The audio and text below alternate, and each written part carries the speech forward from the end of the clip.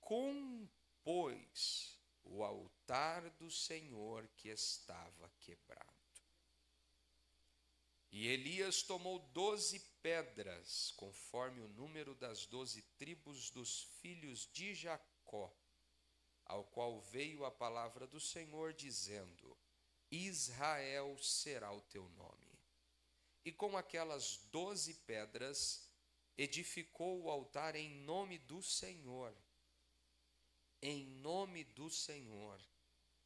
Depois fez uma valeta ao redor do altar, uma vala ao redor do altar, segundo a largura de 2 medidas de semente. Então armou a lenha, dividiu o bezerro em pedaços e o pôs sobre a lenha, e disse: Enchei de água 4 cântaros, e derramai-a sobre o holocausto. Eu falo, você repete: holocausto, e lenha. E fazei-o a segunda vez, e o fizeram segunda vez. Disse ainda: fazei-o terceira vez, e o fizeram terceira vez. De maneira que a água corria ao redor do altar, e até a vala ele encheu de água. E sucedeu que, no momento de se oferecer o sacrifício da tarde, o profeta Elias se aproximou e disse: Ó Senhor, Deus de Abraão, de Isaque e de Israel, manifeste-se hoje que tu és Deus em Israel, e que eu sou teu servo, e que conforme a tua palavra fiz todas estas coisas. Responde-me, Senhor, responde-me, para que este povo conheça que tu és Senhor Deus, e que tu fizeste voltar o seu coração. Então caiu fogo do Senhor e consumiu o holocausto, a lenha, as pedras, o pó, e ainda lambeu a água que estava na vala. O que vendo todo o povo, caíram sobre os seus rostos e disseram: só o Senhor é Deus. Só o Senhor é Deus. Eu repito, só o Senhor é Deus. Só o Senhor é Deus. Feche a sua Bíblia, levante uma das mãos para os céus. Pelo menos 3 vezes diga: só o Senhor. Mais uma. Toda a igreja. Sinta isso agora. Vamos repetir isso. Mas sinta, respira. Sinta isso. Vamos lá. 1, 2, 3.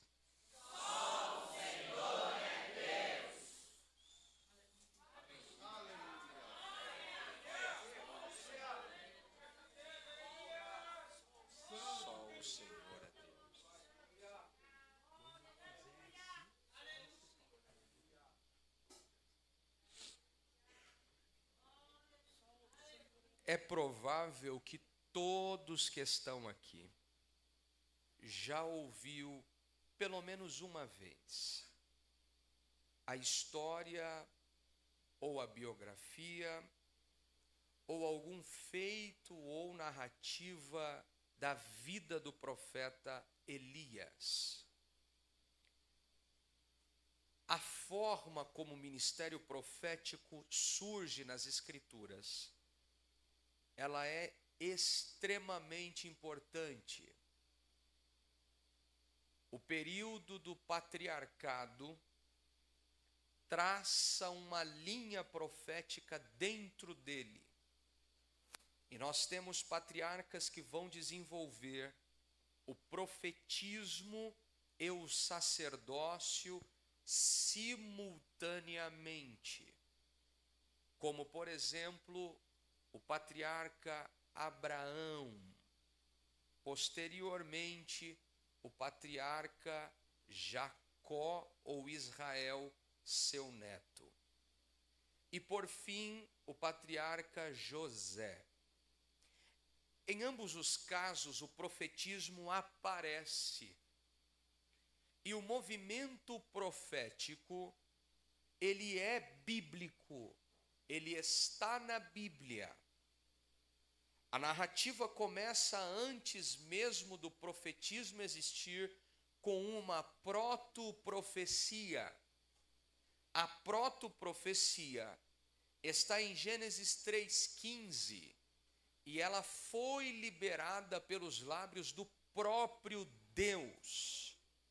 Então, o primeiro profeta da história, da existência, da Bíblia, é o próprio Deus.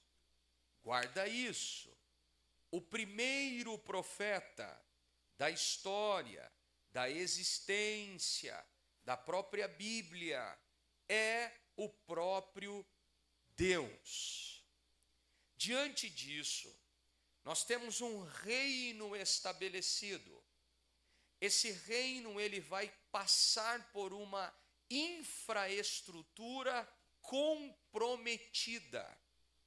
A infraestrutura, já pelo nome traz o seu significado. Infraestrutura é aquilo que você não vê, é aquilo que você não enxerga, é aquilo que você não constata visivelmente, mas está ali, dando base à estrutura, dando fundamentação à estrutura, dando suporte à estrutura. Então não é a estrutura que eu vejo, é o alicerce que eu não enxergo. É lá que vamos encontrar um problema no reino de Israel. E o problema será perpetuado no reino de Judá.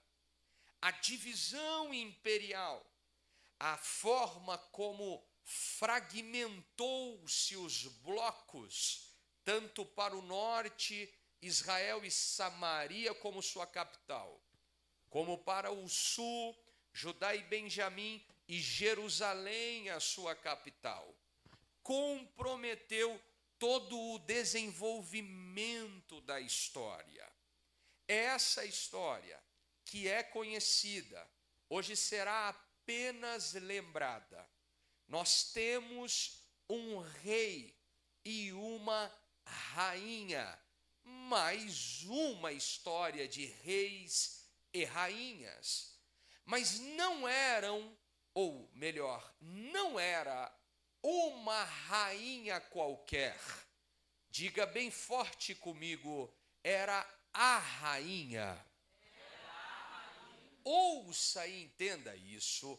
Não era uma rainha qualquer, ou mais uma rainha, era a rainha. O seu nome é pesado, jovens. Pastores, me corrijam. A expressão do seu nome é cansativa.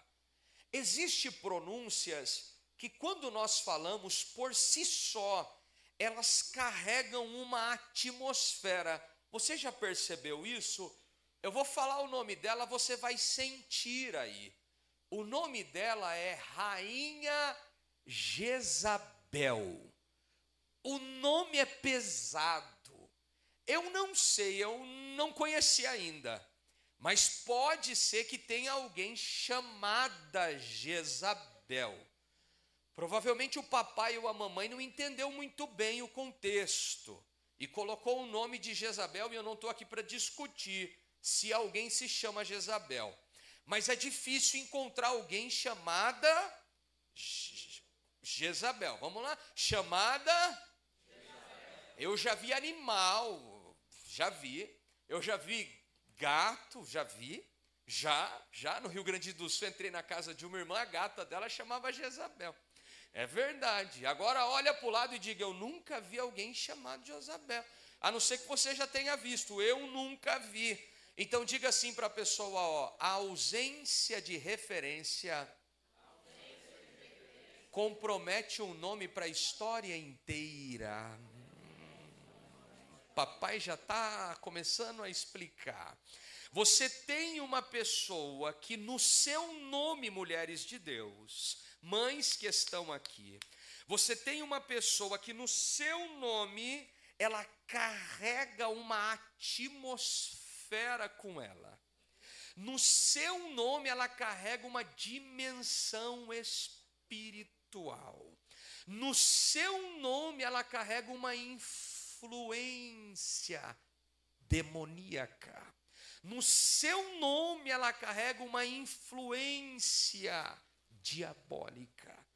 Com ela vem uma nuvem de demônios. E ela é a representação de um principado e uma potestade. E nela está personificado essa potestade e esse principado. A Bíblia vai dizer que ela entra no reinado do povo de Deus. E ela se hospeda no coração de um homem que tem o trono, mas não tem a visão de Deus. Um homem que tem o reino, mas não tem a autoridade para reinar. Um homem que tem a realeza, mas não tem a graça e a unção de Deus para ser rei. Há uma crise que se instala, porque ele, tendo o trono, mas não tendo a visão será dela e não dele. Ele tendo o reino e não tendo a autoridade é dela e não dele. Ele tendo o reinado, mas não tendo a direção será dela e não dele. E alguém que me ouça, reaja se entender essa verdade. Essa é a realidade de muitos lares. Essa é a realidade de muitas famílias. Essa é a realidade de muitos jovens. Esta é a realidade de muitas princesas. Qual é, pastor? É ter a estrutura, é ter o reinado, é ter a casa, é ter tudo, mas ao mesmo tempo não ter nada. Por quê, pastor? Não tem visão espiritual. Não tem discernimento de espíritos, não tem autoridade profética, não tem poder de Deus. Tem as coisas, mas as coisas te dominaram, Acabe. Tem as coisas, mas as coisas te neutralizaram, Acabe. Mas eu amo quem não está preso com a terra, quem não está enraizado com as coisas deste mundo. Eu amo quem está no deserto, ou na caverna, ou até fora do reino. Mais ou menos em um lugar chamado ninguém sabe, e em uma casa onde ninguém viu, mas com o nome de Tisbe, porque é lá que Deus encontra um homem para ser uma direção para um reino, para ser uma voz para uma nação sem voz, e para ser uma palavra para um rei sem palavra. E eu vou falar algo para esses jovens: não precisa ter reino para ter comunhão com Deus. Vou falar para as irmãs que estão aqui, não precisa ser rainha para ser íntima do Todo-Poderoso. Só precisa ter um coração disponível para Ele. Se Deus encontrar um coração disponível essa noite aqui, algo poderoso vai acontecer. O reinado está comprometido. A vida das pessoas estão sem nenhuma direção. Não há norte nem sul. Infelizmente, eles estão como baratas tontas, sem saber a porta de entrada, quem dirá a de saída. Assim estava o reinado. Diante desta leitura, o Senhor procura um lugar. Diga bem forte, Deus procura lugares. E Deus procura corações. Deus procura lugares. E Deus procura nesses lugares corações. Eu vou falar, e você é inteligente, vai entender. O Senhor procurou no reino, achou o reino, mas não achou corações para reinar. O Senhor procurou no palácio, achou o palácio, mas não encontrou corações para reinar. O Senhor procurou no trono, achou o trono, mas não encontrou um coração para reinar. Se o Senhor procura no reino e não acha, se o Senhor procura no palácio e não acha, se o Senhor procura no trono e não acha, aonde você acha que Deus vai procurar? Pergunte para alguém ao teu lado aonde Deus procuraria. Eu pergunto para o meu pastor, aonde Deus procuraria? Eu pergunto para o meu líder Anderson, aonde Deus procuraria? Deus vai procurar no sacerdócio, mas também não vai encontrar. Deus vai procurar na escola de profetas, mas também não vai encontrar. Alguém dê glória quando eu falar e entender isso aqui?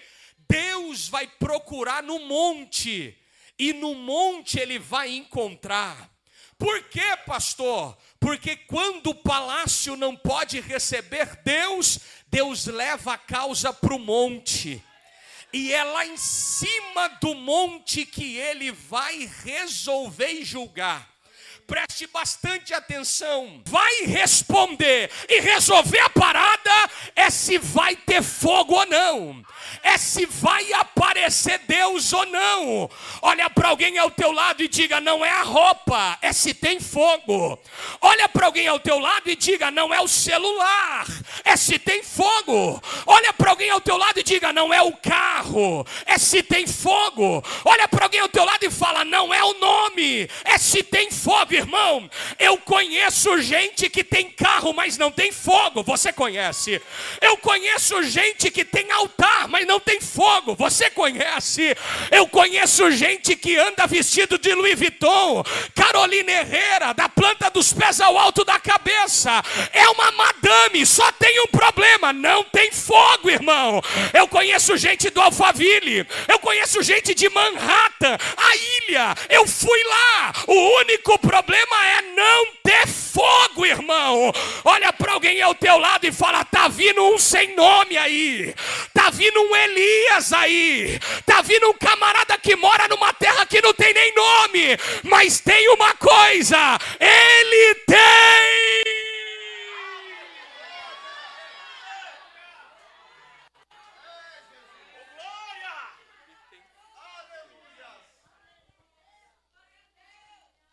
Eles estão com um altar, mas não tem fogo. Eles têm oferta, mas não tem fogo. Eles têm lenha, mas não tem fogo. Eles têm ouro e prata, mas não tem fogo. Raciocina comigo. É tudo similar. Eles inventam, eles têm técnicas, eles têm jeito, mas eles não têm fogo, Fabiana. Eles não têm fogo, Ruth. Eles não têm fogo, pastor. Eles podem fazer o que quiser, montar os modelos que quiserem. Alguns me chamam, E eles dizem assim, pastor Anderson, presbítero, pastor, me perdoe a nossa ética. E eles dizem assim, você tem que ver o meu plano. E eu olho o plano, eu falo, uau. Ele diz, eu fiz em um programa. Meu Deus, igreja regida por programa. A que ponto chegamos? Olha para alguém ao teu lado e fala, cadê o fogo? Olha para alguém ao teu lado aí e diga, cadê o fogo? Vai, me ajuda a pregar, pelo amor de Deus, eu sei onde eu estou pregando. Fala para ele aí, cadê o fogo? O problema, pastor, não é a técnica. O problema não é a performance. O problema não é saber o beabá da teologia. É quando um demônio aparecer, ele vai saber quem tem fogo e quem não tem. Eu não estou aqui para te aguçar, mas a verdade é que quem está no sambódromo, quem está na vila, quem está agora descendo em algum lugar para buscar o que você sabe, ele só muda de vida quando ele depara alguém que tem fogo. E é isso que transforma. Agora vai ouvindo e vai entendendo. O profeta dá a eles a prioridade. Pode levantar o altar primeiro, pode fazer o sacrifício primeiro, podem clamar primeiro aos seus deuses, supostos deuses. E deixa eu falar uma verdade do profeta Isaías, para alguém que ama a Bíblia: não há outro Deus além de ti. Alguém entendeu? Tu és antes de todas as coisas e depois de todas as coisas.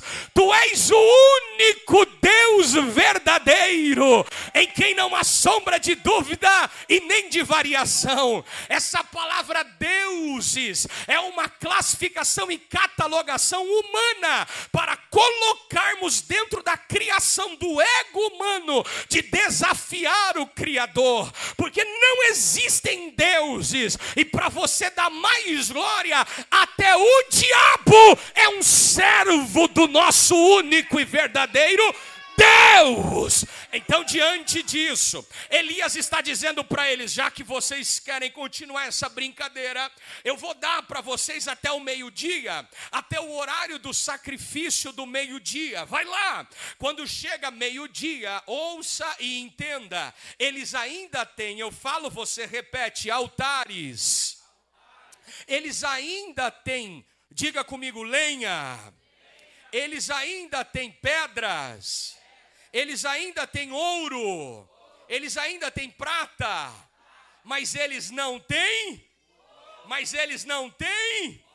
Eles não têm 4 coisas. Eles não têm nem resposta. Vocês leram comigo?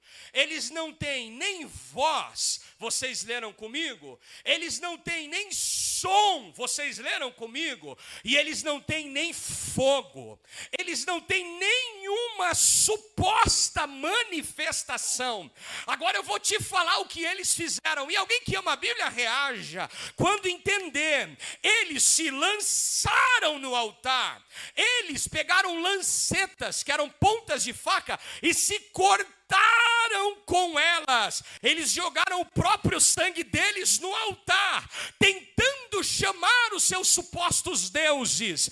Eles brincaram no altar e um profetizava para o outro. Entenda, tem gente achando que o altar virou circo. Eles brincam no altar, profetizam um para o outro no altar, se cortam quando não dá certo, porque o fogo não cai, o fogo não aparece, o fogo não manifesta, o fogo não surge. Com manipulação humana nunca vai ter fogo, só vai ter palhaçada. Nunca vai ter fogo, só vai ter artifício humano. Quando eles se cansam de tentar fazer o que o homem quer fazer, chamar e criar um próprio Deus, o Senhor está calado, sem som, sem voz e sem resposta. Portanto, sem fogo. É aí que você vê o problema de achar que é de Deus, mas não ser de Deus, de estar na igreja, mas não ser do Deus da igreja, de estar na casa, mas não ser do Senhor da casa.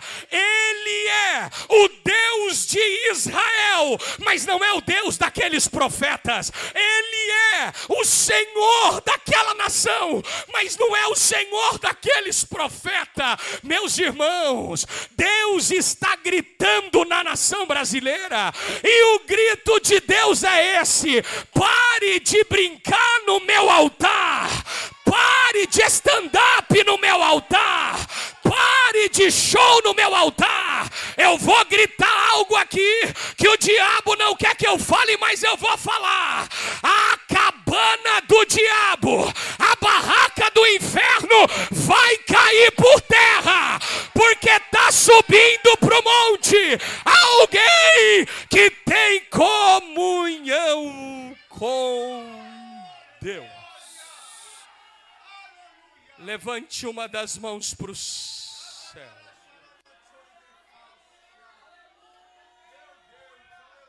Eu estou ouvindo alguém adorar. Eu estou ouvindo alguém adorar. Eu estou ouvindo alguém adorar. Os jovens estão comigo. Eu estou sentindo alguns jovens comigo aqui. Algumas irmãs comigo lá atrás. Eu estou sentindo. Eu estou entendendo o discernimento de Deus para essa noite. Essa noite a sua casa viverá uma transformação. Essa noite a sua chamada viverá uma transformação. Isso, vai pegando. Essa noite a barraca do diabo vai ser quebrada. Todo fingimento, toda mentira, alguém está pegando lá, ó, toda cópia vai ser destruída. Regina, prega o céu na minha boca e grita para o Yolanda 2. Só vai ficar de pé no monte o que é autêntico, o que é verdadeiro, o que é genuíno, o que é fruto de alguém que tem relacionamento com Deus. Está chegando uma limpeza para a nação brasileira. Deus vai limpar os nossos altares. É gente brincando de profeta e de profecia, brincando de variedades de idioma, brincando de inglês, de aramaico, de hebraico, de grego, até de japonês. Deus vai limpar o altar.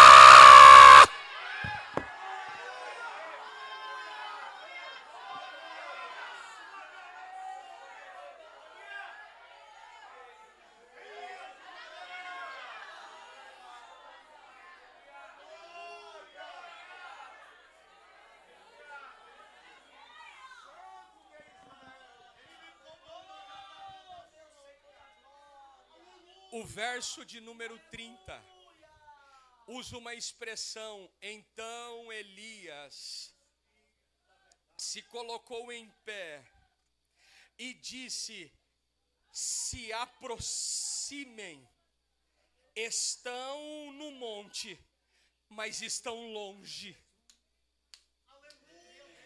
Estão no monte, mas não estão próximos. Estão no monte, mas não têm comunhão um com o outro. Estão no monte e estão distante. Até que alguém está entendendo? Ó, até que alguém se coloca de pé e diz: se aproxima. Quer fogo? Quero. Então tenha comunhão comigo primeiro. Esteja próximo e não longe. Diga para alguém ao teu lado: se aproxima. Se aproxima. Agora a conversa é com Elias. Agora o profeta vai falar. E antes de falar, o texto diz: então Elias se colocou de pé. É você que tem que se posicionar. É você que tem que se colocar de pé. É você que tem que se levantar. Meu papai está ali, ó. Meu pai teve um período ausente dos caminhos do Senhor há mais de 19 anos atrás. Quando eu entendi o evangelho, eu me levantei dentro da minha casa. Meu pai está em Cristo há mais de 20 anos e está em Cristo numa totalidade há mais de 42 anos. Do período em que ele ficou ausente, eu não esperei ele se levantar. Como é que alguém caído vai se levantar? Se levante você. Como é que alguém caído vai se colocar de pé? Se coloque de pé você. Elias está vendo uma nação caída e Elias está dizendo: eu vou me levantar. Quando eu me levantar, Deus se levantará. Quando eu me posicionar, até o diácono lá atrás entendeu? Deus vai se posicionar. Então Deus está limpando você essa noite. E Deus está dizendo: venha para o meu altar. Se aproxime de mim. Não fique distante. Não fique longe. Não fique de escanteio. Não fique na lateral. Tem alguém gritando no Yolanda 2. Venha para próximo do altar, venha para dentro da comunhão, venha para dentro da graça, venha para dentro da intimidade, venha. O povo se aproxima, todo mundo se achega e Elias começa a tomar uma atitude. Pastor, eu quero fogo no meu altar. Primeiro, se coloque de pé. Segundo, tome uma atitude. O altar está quebrado porque meninos passaram no altar. O problema não é menino no altar, é infantilidade no altar. O problema não é menina no altar, é infantilidade no altar, é imaturidade no altar.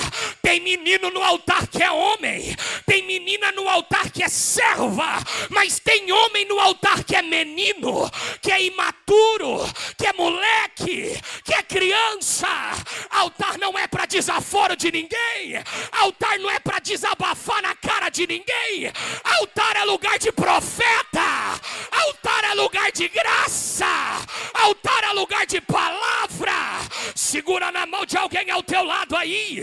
Chacoalha a mão dele e diga para ele: pode ser menino, só não pode ser imaturo. Pode ser menina, só não pode ser infantil. Tem algum menino aqui?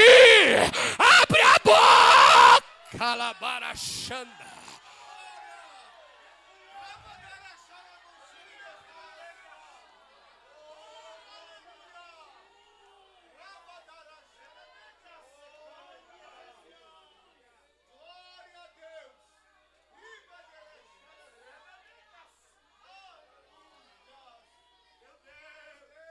Elias, eu quero me manifestar.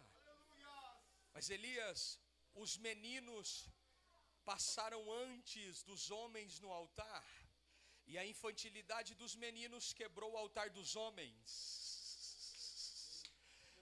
A infantilidade dos meninos, a imaturidade dos falsos quebrou o altar dos homens.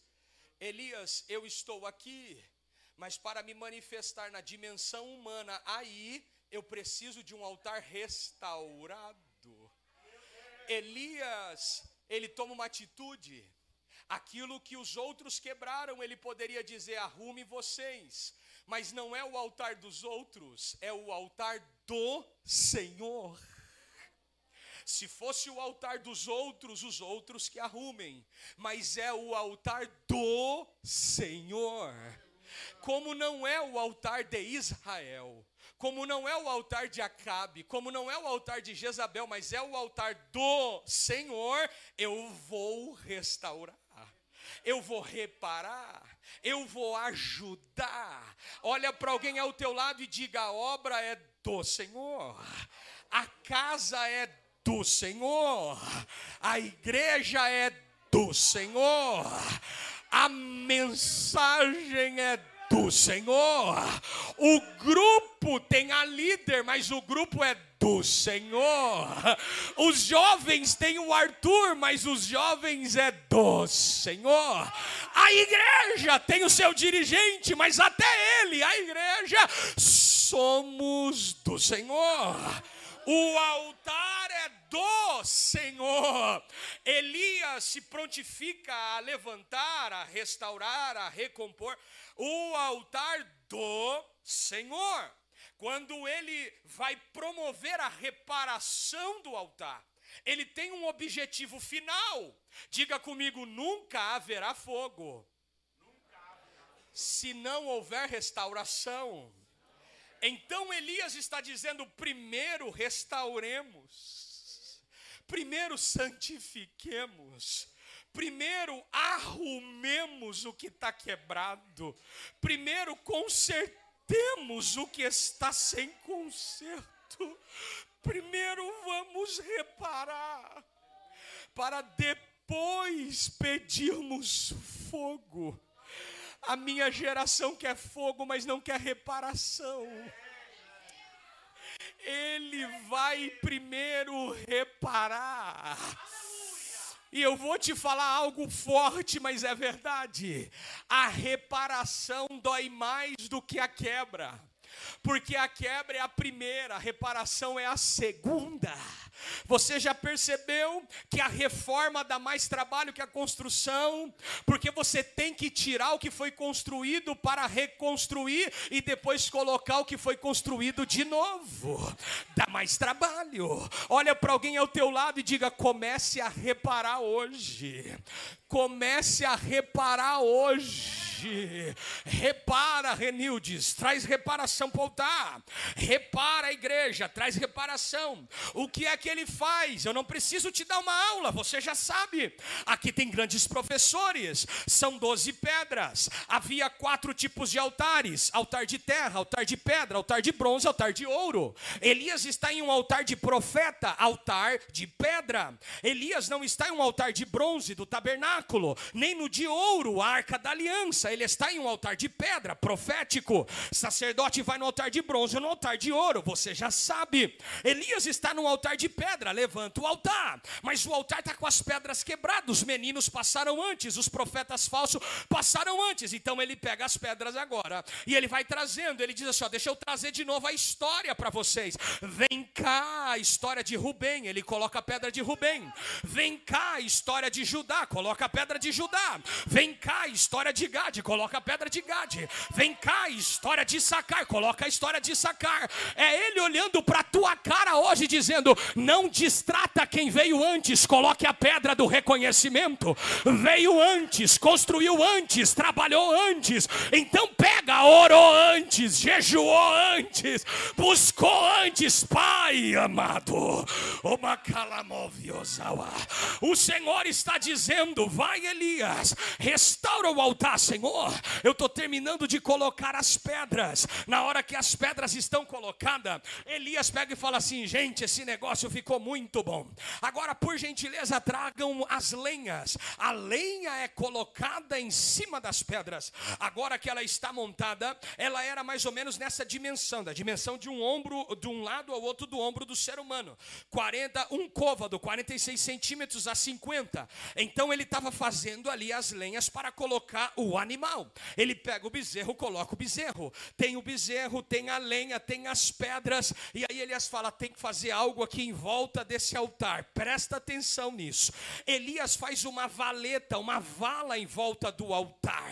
Elias faz uma vala em volta do altar. Alguém pula da cadeira se entender isso aqui. Por quê, pastor? Elias estava dizendo: da valeta para fora vive como quer, faz o que quer, anda como quer, come o que quer, veste o que quer, fala o que quer, fala palavrão, fala mentira, veste saia curta, veste calça aqui, anda igual um besta lá, bombadinho, arrogante, mané pra lá, tonto pra cá, mas da vala pra cá é santidade ao Senhor, é santidade ao Senhor, é santidade. Alguém pega de lá pra fora, você faz o que quiser. Quer fogo no altar? Quero. Então daí pra cá é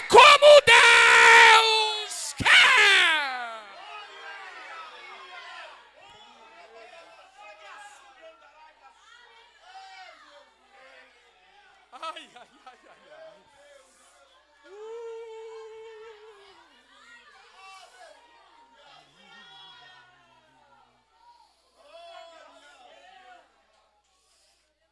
O altar precisa de perímetro. Altar precisa de ordem. Altar precisa de decência. Eu tive que pagar uma multa de estacionamento de 30 euros na Europa. Não podia aparecer de bermuda, tinha que trocar. Se tivesse alguma tatuagem, tinha que cobrir. Quem dirá diante do Santo dos Santos? A nossa irreverência se tornou tão esdrúxula que trocamos a irreverência e colocamos uma palavrinha e dizemos é intimidade. Irmão, nenhuma intimidade neutraliza a prudência, nenhuma intimidade irreverencia. É intimidade, mas então você vai adorar a Deus descendo na boquinha da garrafa e vai dizer que é Deus. Vem descer na casa do oleiro para você saber o que é Deus. Não use essas conversas fiada para o meu lado, para mim não dá, para mim não cola. Aí eles querem usar justificativas baratas, mas eu vi na internet, então fica com quem está na internet, irmão. A gente ainda prefere ficar com a Bíblia, com a reparação do altar. Oh, abre a tua cabeça, menina, abre a tua cabeça, varão, pelo amor de Deus. O Senhor está dizendo, tem lenha? Tem. Agora está organizadinha. Tem a pedra, tem as 12 pedras. Lembramos do nosso passado, reconhecemos e honramos. Tem o sacrifício, tem o bezerro, está ali em cima, já está cortado como o Senhor mandou. Agora tem a vala, de fora é o que quiser, para dentro é o Senhor que manda, é o Senhor que orienta, é o Senhor que dirige. Então tá bom, Elias, deixa eu olhar para esse altar, que eu quero contemplar o reino. Vamos ver se você ama a Bíblia mesmo. O Senhor está dizendo, eu não vou mandar fogo no reinado, eu também não vou mandar fogo no palácio, eu não vou mandar fogo na caverna. Hoje eu vou mandar fogo no monte. É lá no monte que eu vou mandar fogo. Pastor, eu não entendi nada.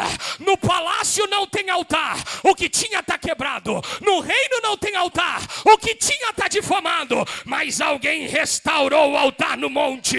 Eu vou voltar a me manifestar.